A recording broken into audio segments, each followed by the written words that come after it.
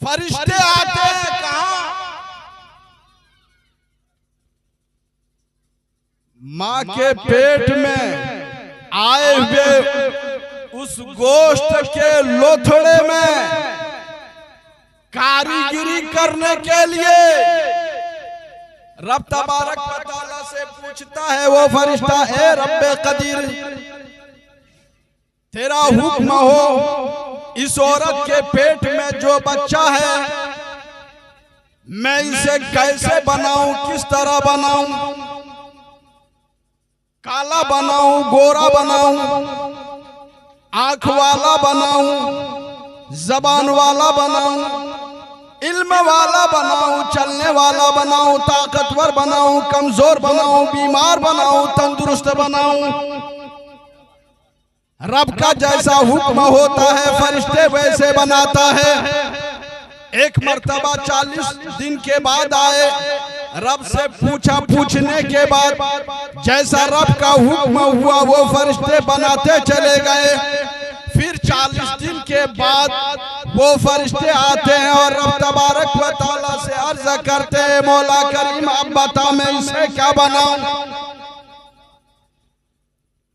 काला बनाऊं, गोरा बनाऊं, तंदुरुस्त बनाऊं, बिनाई वाला बनाऊं या नाबीना बनाऊं, जबान वाला बनाऊं या बगैर जबान का बनाऊं, कान वाला बनाऊं या बगैर कान का बनाऊं। ऐ मौला करीम कैसे बनाऊं? जैसा रब का हुक्म होता है वो फरिश्ते बनाते चले जाते हैं। अब वहां रब का हुक्म हो रहा है, फरिश्ते बना रहे हैं। इस वक्त माँ और बाप को क्या चाहिए? कैसा बेटा चाहिए, कैसी बेटी चाहिए? फरिश्तों का आना जाना लगा हुआ है। हर 40 दिन में वो फरिश्ते आते हैं। मुकद्दर लिखा जा रहा है। मुकद्दर बाद में नहीं, माँ के पेट ही में लिख दिया जाता है। फिर 40 दिन के बाद फरिश्ते आते हैं। रब तबारक व तआला से इजाजत तलब करते हैं, मौला करीम बता इस बच्चे के जिंदगी में मैं कितना रिस्क लिख दूं, कम लिखूं या ज्यादा लिखूं? रब का जैसा हुक्म होता है वो फरिश्ते लिखते हैं। अगर कम का हुक्म हो रहा है तो फरिश्ते कम लिखते हैं, अगर ज्यादा का हुक्म होता तो ज्यादा लिखते हैं। फिर 40 दिन के बाद वो फरिश्ते आते हैं। रब तबारक व तआला से इजाजत तलब करते हैं, ए मौला करीम बता मैं इसके मुकद्दर में क्या लिखूं,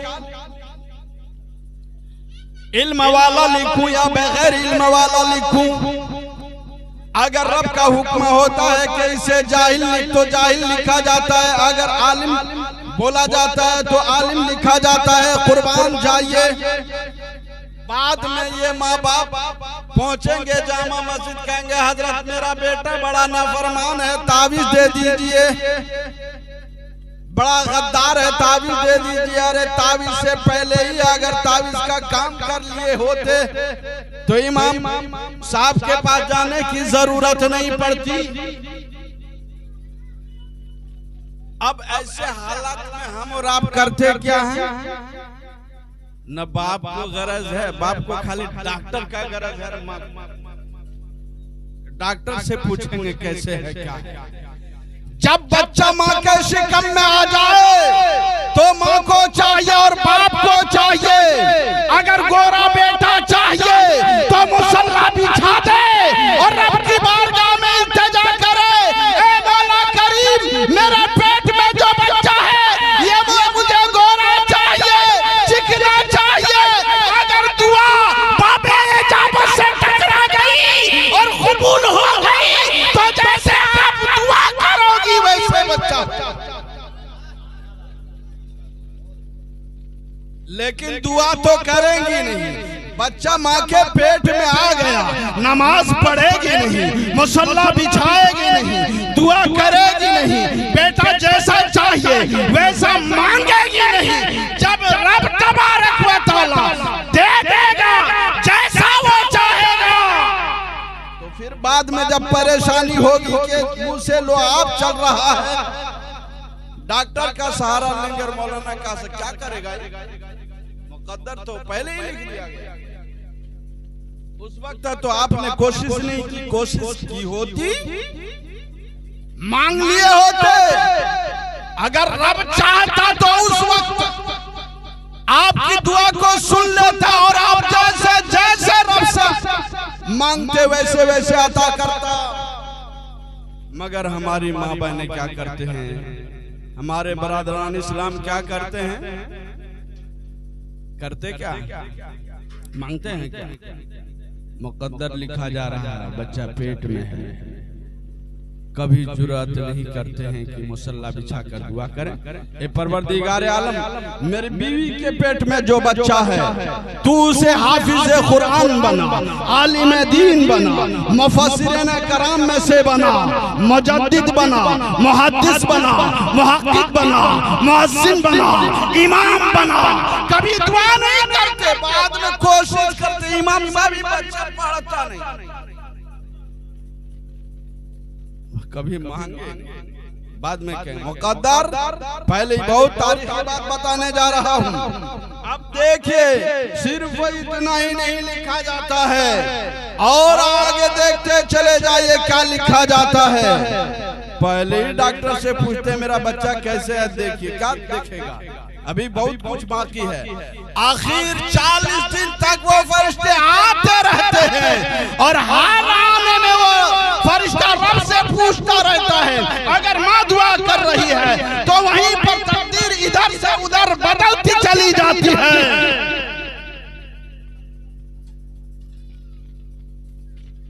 अब और आगे क्या लिखा जाता है, कहीं कहीं हदीसें बयान नहीं की जानी चाहिए मगर बयान कर देता हूँ, वरना लोग भरोसा करने लगे। कमाने में भरोसा करते हैं लेकिन इबादत में भरोसा तोड़ देते हैं। ये भी लिखा जाता है मौला करीम मैं इस बंदे को क्या लिखूं, जन्नती लिखूं या जहन्नमी लिखूं।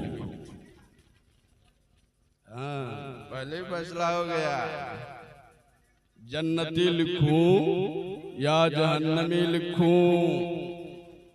रब का हुक्म होता है जन्नती लिख तो जन्नती लिखा जाता है, रब का हुक्म होता है जहन्नमी लिख तो जहन्नमी लिखा जाता है, रब का हुक्म होता है बीमार लिख तो बीमार लिखा जाता है, रब का हुक्म होता है दौलत वाला लिख तो दौलत वाला लिख दिया जाता है। इसीलिए कभी कभी आप देखते होंगे कि कुछ आदमी बहुत कम मेहनत करता है और दौलत, बोलिए ना कुछ आप नहीं बोलिए, अरे बहुत कम मेहनत करता है और दौलत ढेर जमा कर लेता है। और कुछ ऐसे लोग होते हैं जो बहुत ज्यादा मेहनत करता है और दौलत ना के बराबर। क्यों? मुकद्दर पहले ही कर दिया गया है, इसलिए अब वो कितना ही मेहनत करेगा जो मुकद्दर में लिखा है वही मिलेगा। अगर कम लिखा है मेहनत ज्यादा कर रहा है तब भी बढ़ने वाला नहीं, वो वही रुकेगा। और जिसका ज्यादा लिख दिया है अगर वो मेहनत कम भी करेगा उतना ही मिलेगा जितना उनका मुकद्दर लिख दिया गया। अब ऐसा नहीं कि मुकद्दर लिख दिया पहले तो हम जाए नहीं, अरे ये भी लिख दिया कि तुम किस जगह पर पहुंचोगे, कौन से काम करोगे, कहां से तुम्हें रुपये मिलेंगे, कहां से तुम्हें दौलत मिलेगी, ये भी मुकद्दर कर दिया। अगर आपने घर बैठे ये सोच लिया कि हमें कहीं नहीं जाना है, मेरा मुकद्दर पहले ही कर दिया गया, तो क्या होगा? बैठ के नहीं रह सकते हो, जहां लिखा वहां पहुंचना पड़ेगा और पहुंचोगी। उम्र कितनी लिखी, अगर ज्यादा लिख दिया तो ज्यादा है, कम लिख दिया तो कम में इंतकाल हो जाएंगे। अब जन्नती और जहन्नमी लिखा जा रहा है। माँ बाप दुआ कर रहे हैं कि परवरदिगारे आलम मेरे बीवी के पेट में जो बच्चा इसे जन्नती बना, अगर जहन्नमी लिखने वाला था और दुआ टकरा गई बाबे इजाबत से और रब तबारक व तआला ने कबूल कर लिया तो वो जन्नती होगा। अब जिसके मुकद्दर में जन्नती लिख दिया गया वो जन्नती होगा और जिनके मुकद्दर में जहन्नमी लिख दिया गया वो जहन्नमी होगा। अब आप देखते होंगे कुछ जहन्नमी इतनी इबादतें करते हैं, इतनी रियाजतें करते हैं कि पेशानी पर दाग बना लेते हैं, और कुछ ऐसे लोग हैं जो सजदा ही नहीं करते। तो कैसे समझें कि कौन जन्नती है और कौन जहन्नमी है? जिनके मुकद्दर में जहन्नमी लिख दिया गया, दुनिया में आने के बाद वो बहुत ज्यादा कुरान की तिलावत भी करता रहेगा, नमाजें भी पढ़ता रहेगा, जिक्र अस्कार भी करता रहेगा, मगर जब मरने के करीब होगा और मरने से पहले तो वो जन्नत से इतना करीब हो जाएगा कि एक बालिश्त के फासले पर होगा। जन्नत और उनके दरमियान बहुत कम फासला होगा, मगर मरने से पहले ऐसा वो कुफ्र कर जाएगा, ऐसी खता कर जाएगा, ऐसा गुनाह कर जाएगा कि जन्नत से दूर होकर जहन्नम में चला जाएगा। और जो जन्नती जिनके मुकद्दर में माँ के पेट ही में लिख दिया गया, वो इस दुनिया में आने के बाद गुनाह भी करता है, खता भी करता है और गुनाह पर गुनाह किया जाता है, मगर बावजूद इसके जब मरने का वक्त करीब आता है वो बंदा जहन्नम से इतना करीब हो जाता है, इतना करीब हो जाता है कि बहुत कम फासला उसके और जहन्नम के रह जाता है, मगर मरने से पहले पहले वो ऐसा तौबा करता है, ऐसा तौबा करता है, ऐसा तौबा करता है कि जहन्नम से फिर वो दूर हो जाता है और जन्नत से करीब हो जाता है। इसीलिए किसी के इबादत को देखकर फैसला नहीं कर सकते और किसी के गुनाह को देखकर भी फैसला नहीं कर सकते। हाँ, गुनाह को देखकर गुनाहगार तो बोल सकते हैं।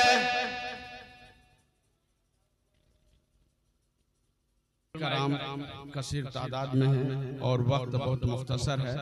मौसम को देखते हुए मैं इन्हीं चंद बातों पर अपनी तकरीर को खत्म करता हूँ। वाखिर दावाना अनिल हम्दुलिल्लाहि रब्बिल आलमीन।